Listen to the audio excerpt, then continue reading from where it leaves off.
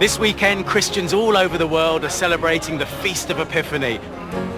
Known to some as Three Kings Day, it's a time to remember the story of the wise men who arrived in Bethlehem sometime after the birth of Jesus to worship the light of the world. So what better place to be than at the UK's largest light festival, here in the beautiful city of Durham. Welcome to Songs of Praise.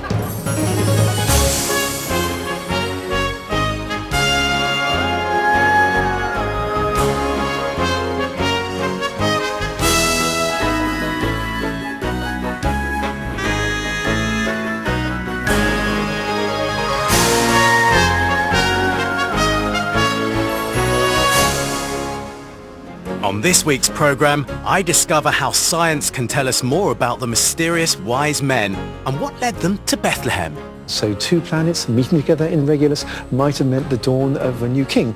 That is known to have happened. Pam Rhodes goes behind the scenes at the daily service, the radio broadcast that's brought the light of faith into people's homes for 90 years. And as Durham's magnificent cathedral is transformed by light, I hear the story of the saint who inspired this great house of God. He suddenly saw a vision of angels guiding a soul wondrously bright to heaven.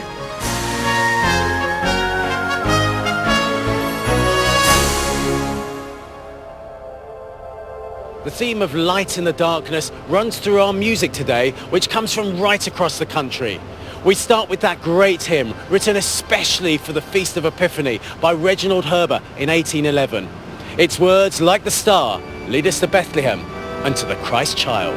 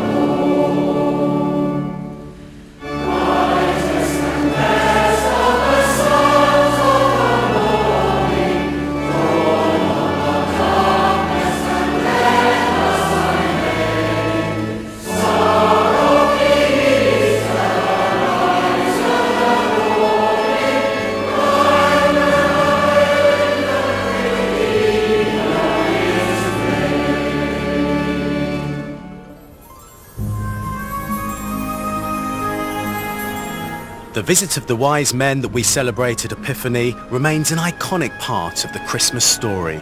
But the account in the Bible has intriguing differences to the story we've come to know. Earlier, I met Professor of Physics Tom McLeish in Durham Cathedral to find out more. We've no idea there were three. The Bible doesn't mention there were three. It mentions that they were searching for a king because they had seen his star. Might have been a comet. It might have been what we call a conjunction of planets. We do know that around BC 3 and 2, there were some very close passages of Jupiter and Venus together in the skies. Seeing two bright planets very close together in the sky is rather striking. When they are next to a star in the constellation of Leo called Regulus, some ancient civilizations recognize that as a regal constellation. So two planets meeting together in Regulus might have meant the dawn of a new king. That is known to have happened. We can show that has happened. This is the light that brings the Gentile wise men to worship the baby Jesus. And it reminds us that the great hope of Israel, the great forgiveness from God and healing of all people, is not for the Jews alone, but through them for peoples everywhere. And someone who looked into the history of science and looking in specific at that was Bede. Tell us about him. Yeah, a big hero of mine, and there he lies right behind us. Here we are in the Galilee Chapel of Durham Cathedral.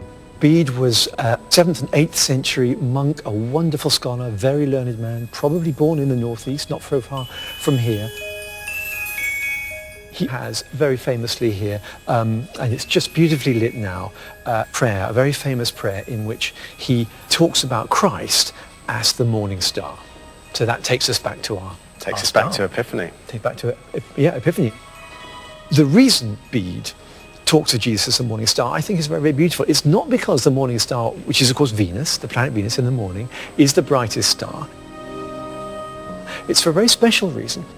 Venus rises long before the sun does, but in the same part of the sky. So when this bright, shining thing is there, although the night is still as dark as midnight, there's no other sign of dawn, no pink line on the horizon, anything like that. Yet for those who know what this sign means, dawn will surely come soon. That's why for Bede, Christ is our morning star, because those who see his resurrection, though life might be very black and though the present might be very grim, they have the sure sign of hope in the future.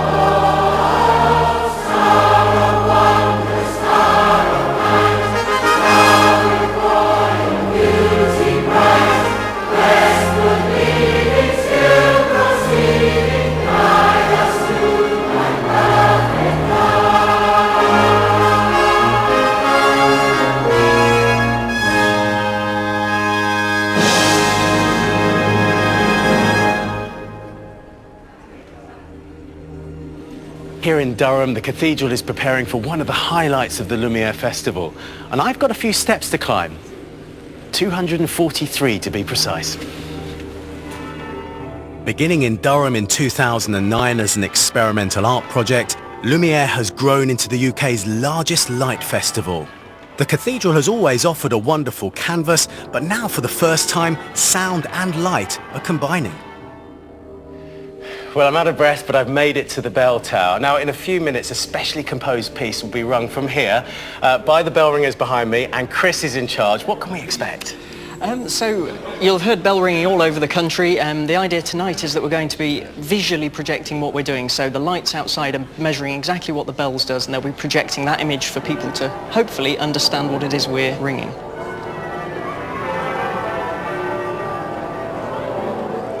With the bells in full swing, the results are quite extraordinary. It's no wonder an incredible 240,000 visitors come to see this spectacle across the 4 days. Helen Marriage is the woman in charge. It's an invitation to the public to come and wander the streets of this lovely medieval city. But we turn it into an open-air art gallery. It's free to attend, anybody can come. I suppose we believe that if you can physically transform a place, even for a brief moment, you can change forever the way people feel about it and the way they feel about those they share it with. And now a hymn that celebrates the God of Light.